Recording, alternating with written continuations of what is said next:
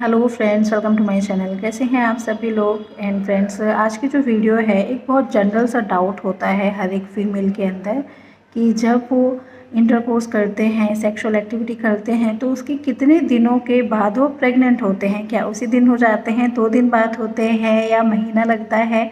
ये एक बहुत जनरल सी चीज़ है, जनरल इन्फॉर्मेशन है और अधिकतर फीमेल्स को ये क्लियर नहीं होता।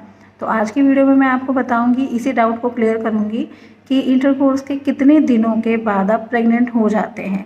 ठीक है, तो आइए चलिए वीडियो शुरू करते हैं। यहाँ पर इस वीडियो में सबसे पहले मैं जो फीमेल का रिप्रोडक्टिव सिस्टम होता है उसके बारे में डिस्कस करूंगी। तो वजाइना होता है, उसके ऊपर की तरफ वो यूट्रस में खुलता है। यूट्रस के दोनों तरफ ओवरी होते हैं जिनको अंडाशय बोलते हैं, और अंडाशय बच्चेदानी से यानी कि यूट्रस से एक फैलोपियन ट्यूब की हेल्प से जुड़े हुए होते हैं। तो ये ओवरऑल एक मोटा मोटी मैंने आपको बता दिया कि फीमेल का रिप्रोडक्टिव सिस्टम होता है।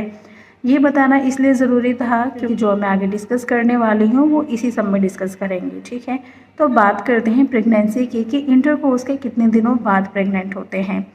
तो देखिए, हम स्टार्ट करते हैं उस दिन से जिस दिन आप इंटरकोर्स करती हैं। सपोज़ कीजिए आज इंटरकोर्स हुआ, आपकी वेजाइना में स्पर्म्स ने एंट्री ली, तो इंटरकोर्स वाला जो दिन होगा वो डे 1 कहलाता है। ठीक है, तो डे 1 पर क्या क्या एक्टिविटी होती हैं। स्पर्म्स वेजाइना से होते हुए बच्चेदानी में जाते हैं, बच्चेदानी से होते हुए फिर जो दोनों साइड के फैलोपियन ट्यूब्स है वहाँ तक जाते हैं। और अगर उसी दिन आपका ओव्यूलेशन हो रहा होता है, आपका एग रिलीज़ होता है, तो एग और जो स्पर्म्स होते हैं उस दिन फर्टिलाइज हो जाते हैं। ठीक है, ये जो सारा प्रोसीजर हुआ ये आपका डे 1 में ही हो जाता है। तो डे 1 के बाद जो आपका फर्टिलाइज्ड एग है उसमें डिवीज़न स्टार्ट होते हैं, यानी कि एक सेल से 2 सेल बनती हैं, 2 से 4 बनती हैं, 8 बनती है। तो धीरे धीरे ये जो डिवीज़न हो रहा होता है ये फैलोपियन ट्यूब में ही होता है। तो इसमें अराउंड 4 से 5 दिन लग जाते हैं आपके। जब ये फैलोपियन ट्यूब में 4 से 5 दिन हो जाते हैं, उसके बाद ये बच्चेदानी में खिसकना शुरू होता है। तो वो धीरे धीरे रोल करता हुआ बच्चेदानी में आ जाता है, और बच्चेदानी में अराउंड 6 से 7th डे पे ये बहुत इंपॉर्टेंट टाइम होता है क्योंकि इन दिनों में ये इम्प्लांट होता है बच्चेदानी में। ठीक है, इम्प्लांट मतलब जिसको बोलते हैं कि गर्भ ठहरना, कि जो फर्टिलाइज्ड एग होता है जिसमें डिवीज़न स्टार्ट हो चुके हैं, ये बच्चेदानी की जो अंदर की लेयर होती है उसमें चिपकता है, इम्प्लांट होता है उसमें। ठीक है, तो ये जो इम्प्लांटेशन हुआ ये होता है 6th से 7th डे।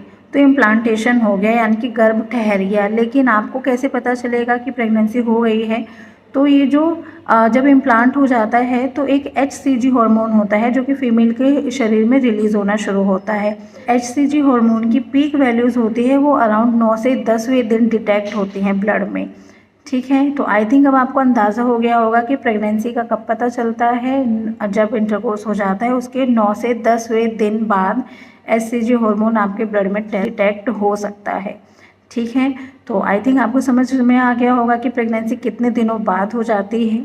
ठीक है, ओवरऑल आई थिंक मैंने आपको समझा दिया है कि पहले दिन क्या होता है, 4th से 5th डे तक क्या होता है, 6-7 डे पे इम्प्लांटेशन होता है, और उसके बाद HCG हार्मोन होना रिलीज़ हो जाता है। तो तब यानी कि आपका इंटरकोर्स सक्सेसफुल हो गया है और प्रेगनेंसी ठहर गई है। लेकिन ये सारा जो प्रोसीजर है ये तभी वैल्यूएबल है जब आपका ओव्यूलेशन हो गया है। ऑब्वियसली अगर आपने इंटरकोर्स किया है उस टाइम पर आपका ओव्यूलेशन नहीं हुआ है, एग रिलीज़ नहीं हुआ है, तो ये जो इम्प्लांटेशन का प्रोसीजर है, फर्टिलाइजेशन का, ये सब चीज़ें नहीं होती हैं, जिससे कि आपको पता चलता है कि मेंस्ट्रुअल पीरियड आ जाता है आपका।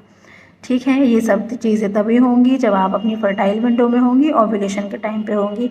एंडलेस प्रेगनेंसी के लिए और भी चीज़ें ज़रूरी होती हैं कि मेल और फीमेल की जो पैरामीटर्स है सब नॉर्मल होने चाहिए। मीन्स मेल का जो स्पर्म काउंट है इतना होना चाहिए कि आपके एक फीमेल प्रेग्नेंट हो सके, और फीमेल की जो दोनों ट्यूब्स हैं वो ओपन होनी चाहिए, ओवरीज में कोई दिक्कत नहीं होनी चाहिए, यूट्रस भी ठीक होना चाहिए।